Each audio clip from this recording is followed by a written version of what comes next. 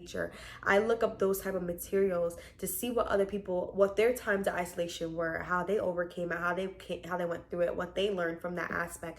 I fill up my time with those things. So I kind of leave no room for the enemy to try to discourage me. I leave no room for that. I leave room of silence for God to speak to me, but I try not to leave any room for the enemy to discourage me. Filling myself up with encouragement so I don't boggle myself down with the fact that I'm alone right now.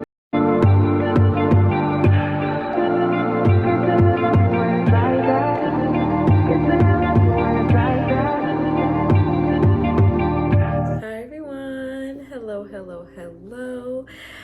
If you are new to this channel, welcome. This is Virtuously Me. It is a faith-based channel where I bring you guys on my walk with Christ, my ups and downs with Christ, in hopes that if anybody were to come across these videos, it can be relatable, and you can find yourself somebody, a friend in Christ type of thing. So I wanted to come out here to kind of just do a really short video, honestly. Just a real, just sit down video of just talking about isolation. Before I get into that video and that conversation or topic, I wanted to bring you guys some great news and updates. So recently, this past Saturday, last Saturday, July 8th, I launched my event and wedding planning business. It is called Simply Bliss. And it's so crazy to say that because I've been holding on to that secret for a very long time. Holding on to at least even the business name for a very long time, ever since God had given it to me. Literally on my, in the car driving, gave me that name. It's definitely been such a long time coming.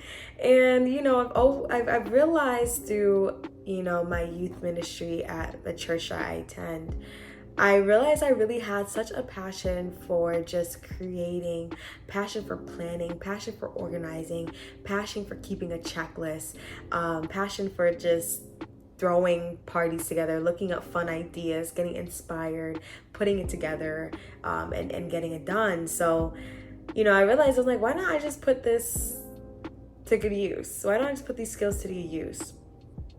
And I remember in my process of looking up a school, because I really wanted to be serious about this and get training about it. And I remember in a process of just looking up a school, process of, doing the coursework to get this, because I really wanted to be serious and being trained in how to go about, helping customers, helping clients, helping people to put their events together. I remember I had gotten this, what I call it, a vision type of thing. It was kind of like a vision. And I remember literally seeing me helping. Now I do other events. Yes, I do other events like graduation parties, birthdays, gender reveals, baby showers, anniversary, all those things of nature. But for some reason, literally weddings popped up in my mind. And I just saw the vision of me helping so many other young ladies with their weddings and helping them to get to that special day. And it was so beautiful of just being a part of that process of helping other young ladies in their special moment of getting to that godly marriage, getting to that wedding day. So it was really cool. It was really a beautiful, thing to sight to see of, of that vision. And I'm really excited to be a part of that, be a part of people's journeys, be a part of people's, lives, to bring their events in. So, I definitely will put my business profile on, on the screen and stuff. And you guys will be able to see that for sure. And so that was enough of that updates and stuff. So if anyone's looking out there for an event planner in Connecticut, I also do across the state as well. I also do that as well. So even if you were in another state and I'm all the way in Connecticut, I do a lot of research on vendors, a lot of research on, places in other states, and am so willing to like take a trip down to you wherever you are to come meet you or whatever. That is totally fine. But anywho, enough about my updates. Let's get into the topic at hand. So let's talk about isolation, because this is something that, you know, I've seen a lot of people talk about recently, and it's something that, you know, I've always been going through, and finding myself slightly maybe going through it too, myself. But isolation is pretty much just a season. It's just a season. It's something that's temporary. And although I was kind of looking, like kind of skimming the Bible, and correct me if I'm wrong, but there's not really a lot of moments in the Bible that talk about seasons of isolation necessarily.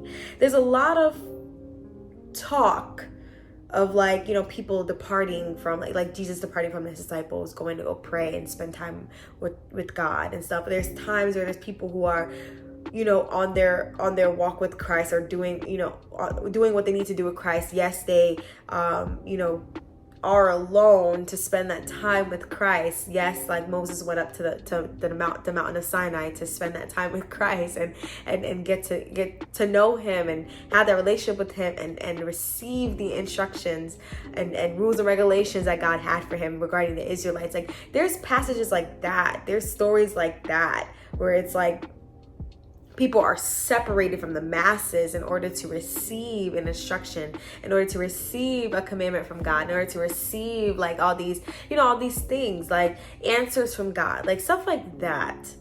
But I don't think there's, as I was looking, again, correct me if I'm wrong, as I was looking, or my research of seeing, like, people going through seasons of just, of not barrenness alone, but just, yes, there's season of barrenness, but seasons of just like straight isolation, of all their friends like leaving them, not like on top of like losing things and stuff, like, you know what I'm saying?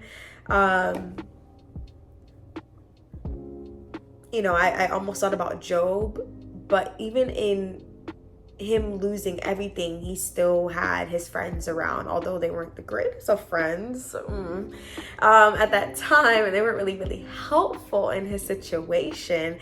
You know, he still had his friends, like, you know what I'm saying? Like, I mean, like, straight isolation where there's not really much going on, you know what I'm saying? So how do you really know if you're really in a place of isolation, in a place of, you know, of a season of just being to yourself, where maybe God needs your attention, needs your full attention, needs you to separate yourself from the masses, get to know him more, all these things? I can only answer it from my perspective.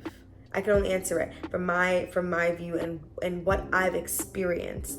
In my times where I felt like I was being isolated, or something was like wrong, like what's going on?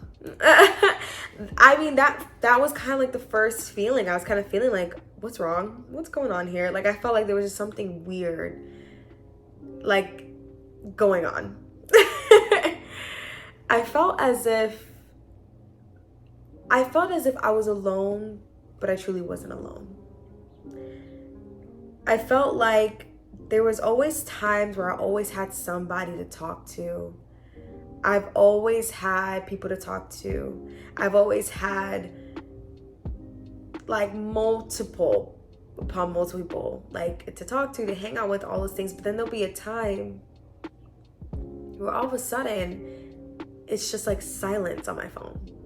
And I'm not talking about like just general dry phone. I know some people have like dryness of their phone where like they're not hitting up, you know, like they don't really get much people to talk to or something like that. But like, no, I'm actually like, it's weird. It's like constant. And it's just like silence, where I'm not really getting anybody hitting me up. Like, no one's really talking to me. There's not really an effort.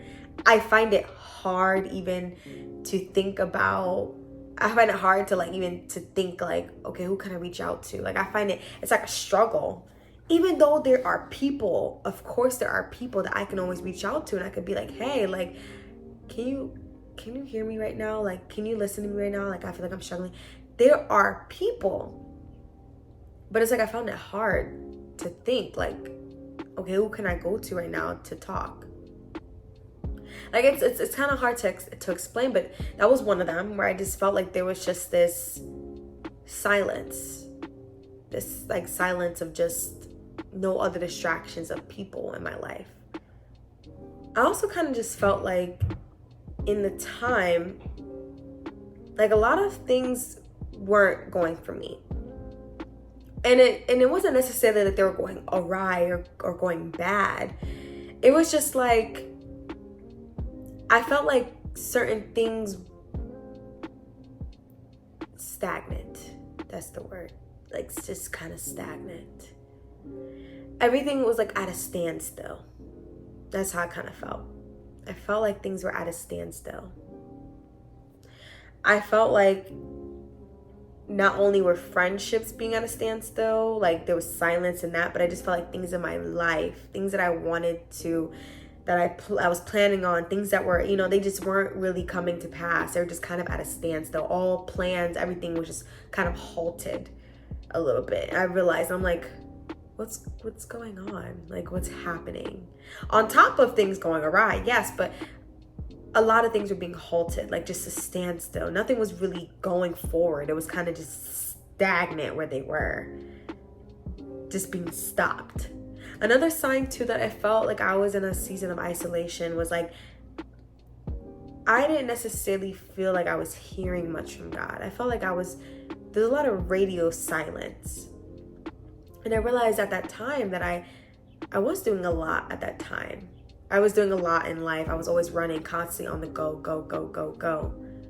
So I wasn't really able to hear God until I finally come to terms that, okay, I'm entering to the season of isolation. I need to separate from my busyness, separate from the craziness of life, and dive into God, figure out what's going on, figure out what's wrong. What does he need to say? What do I need to learn? So I felt like I wasn't really hearing God. He was kind of radio silent. And we all know that, yes, there are times where God can be radio silent because he already given you an instruction and he just needs you to do it and obey. Yes, there are times of that. But there also are times where, God is constantly speaking, but are we hearing? Are we truly hearing him? That's the big question. Yes, he's always speaking, but sometimes the chaos of our lives, the chaos of other people, we're constantly having noise in our ears that we cannot hear him. Or however he speaks to you, you cannot receive what he's saying to you. So yes, so I felt like friends were silent, just loneliness. Plans and stuff were being halted, very stagnant in life, feeling. And I felt like God was being radio silent. And one last thing, a fourth thing as well, I kind of felt like I was also kind of being tested. Tested in some ways as well. Whether it be something that I was struggling with the trust in the Lord, it was coming back to where it's head for me to trust in the Lord more. Certain things would happen where I couldn't really go to anybody else but God. Like, I had no choice but to go back to God. Those were kind of things. And I remember in another season of my isolation, I also felt like there was a purifying that was going on. There were certain things that I was doing that I just felt like I had to just let go of. Like, certain things I was doing in my Christian life that were not really Christianly, and I felt like I needed to let go of it. There were certain things I wanted to let go and I wanted to cling to more so. So those were kind of like my 5 steps or my 5 feelings that I felt when I felt like I felt like something was wrong. I feel like I'm being called into a season of isolation. Something's off. And I'm not gonna lie, sometimes it's the times of isolation are very lonesome. They're very lonesome. And you really do feel like it's just nothing but silence. Like you really feel like you're alone. Sometimes it doesn't feel the greatest. But I urge you, before you dig into depression, before you give way into sadness, before you give way into anxiety and give the devil a foothold to come into your head now and invade your headspace with, oh, you're alone, you don't have anybody, why is it nothing happening for you? God doesn't love you. He's allowing all these things to happen to you. He's allowing for you to be stagnant, all these things of nature. Before you dive into that field of depression, because it's very easy to get there. Trust me, I know. It's very easy to allow your head to become dark. One thing I've always done to encourage myself was I've reminded myself that this is just a season. This is temporary. I gotta get my head in the game and I gotta figure out what God has to show me. What does God has to show me? What does God has for me in this time? What do I need in order to get over this hump, get over this, or not even just to get over this season, but to get through this season? What does he need to do to bring me through this? And I feel like that mindset has helped me not to really fall into depression when it was so easy to sometimes. Because there's sometimes I come home from work and I'm like, gosh, who do I speak to? Who do I talk to about my day at work? I feel so sad. But honestly, when I think about that, I'm like, this is just a season. This is just for right now. This is not for everything. There's just something I need to learn first. And then God will carry me through this season. It kind of helped me to like change my mindset and renew my mindset on it. And then another thing too that has helped me in it as well. Another thing too that's helped me is just, again, changing my mindset as in God doesn't love me. God doesn't care. He's not speaking. To basically just saying like, okay, God, what are you teaching me? What's going on?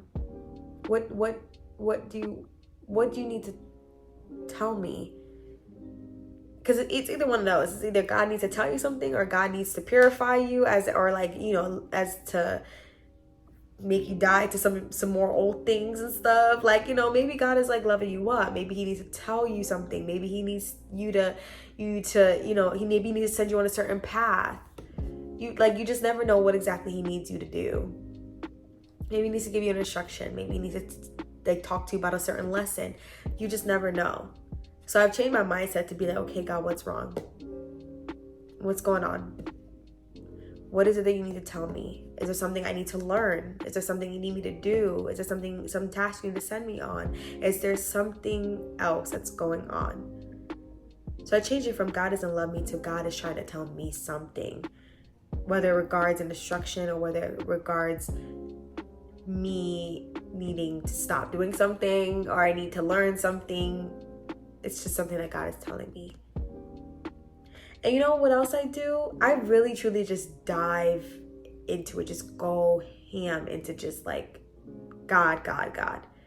I surround myself with a bunch of resources that help to just encourage me and keep me encouraged. I constantly listen to whether it be gospel music or instrumental soaking in his presence music. And there's so many options about that on YouTube. I fill my time up with either other books now. Sometimes I read books. Right now I'm reading a book on deliverance. Or I read books, other type of books I fill my time up with just like watching YouTube sermons, or YouTubers that are talking about Christ, or maybe other YouTubers that are talking about isolation or things of that nature. I look up those type of materials to see what other people, what their times of isolation were, how they overcame it, how they went through it, what they learned from that aspect.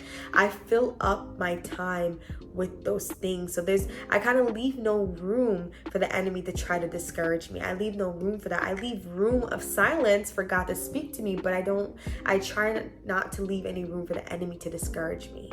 I fill my time up with just things of God, the space of God. You know what I'm saying? Especially in those quiet times, I just fill myself up with the word, fill myself up with hymns or songs, just filling myself up with encouragement so I don't boggle myself down with the fact that I'm alone right now, or boggle myself down with any dark thoughts that come from the enemy or the things of that nature. You know, so I try not to get depressed. And other times, I also find some other things, I find some fun stuff to do as well. I learn about myself more in the times of isolation. Sometimes we feel like we need people 24/7, which is true because the Bible does say man should not be alone. So we need people, but there's times we need to love our own company. We need to love our own company. So in times of isolation, I get to know myself a lot more.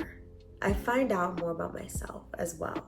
I take that time to do a lot of introspection, a lot of things, like a lot of reflection, a lot of things that I need to probably like let go of, things I need to tap into, things I need to, move into.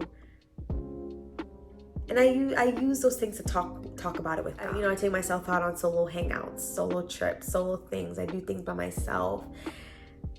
And truly and honestly, it's not by myself. It's God and I doing those things. God and I hanging out. It's God and I, walking in nature.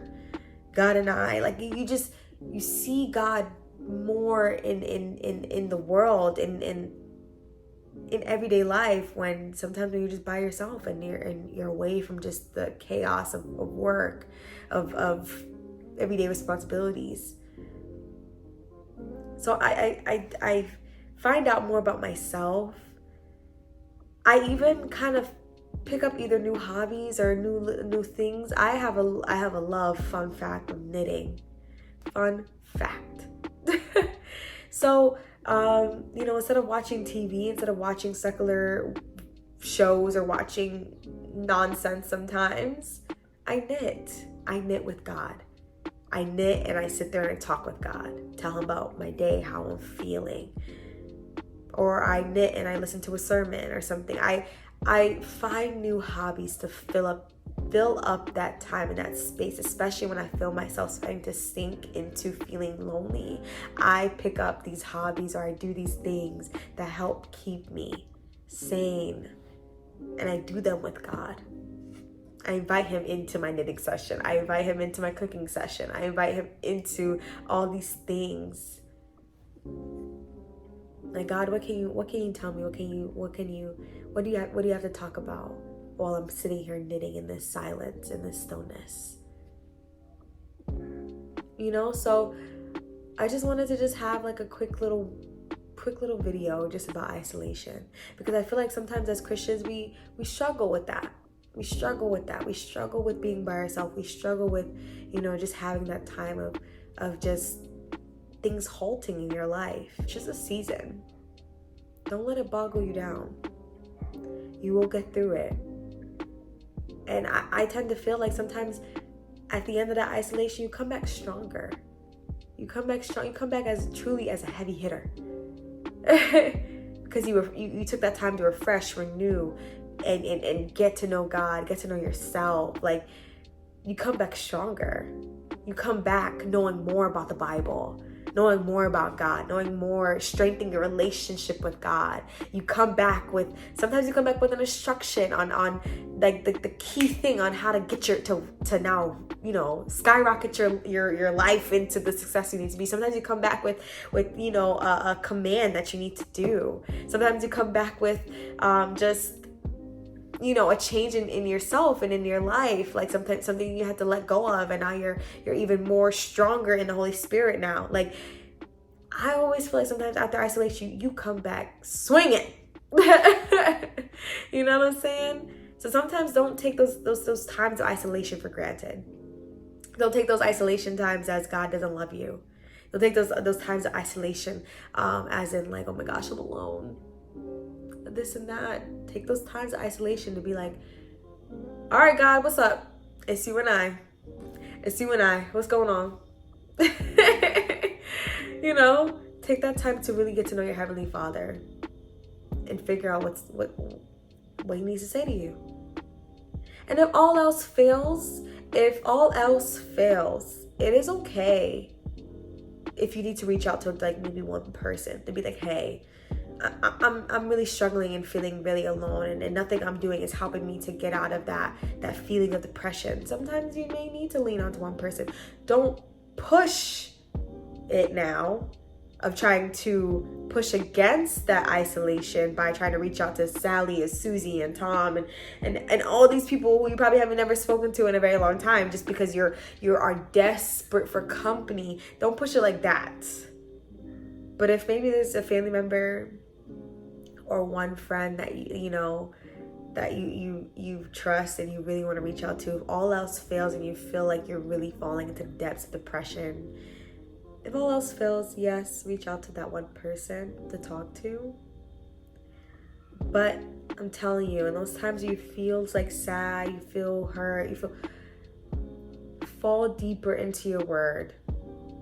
Fall deeper into what the Bible says about loneliness, how you're never alone. You have God always by you 24/7. You have angels surrounding you. Pick up new hobbies. Write it down. Journal. Write down how you're feeling. Like, take a bath. Like, soak in some water. Like, go on a walk. Like, there's so many things you can do in your time alone to get to know God, get to know yourself. So those are things that I really do encourage. Those are things that I've tried in my isolation season, So yeah.